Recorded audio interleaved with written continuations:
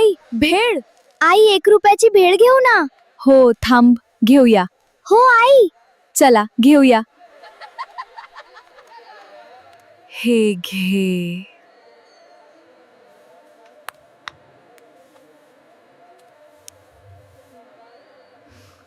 भेळ तयार करतोय अर्जुन. कांदा, टोमॅटो, कोथिंबीर आणि शेव घालूया. आता चटण्या घालून नीट मिसळूया. वाव, किती छान दिसतंय. शेवटी लिंबू पिळून तयार. घे बाळा, मस्त भेळ.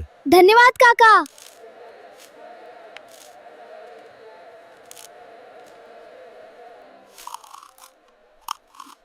आई किती मस्त आहे. हळू खारे घशात अडकायची. आई पुढच्या रविवारी पण भेळ खाऊया.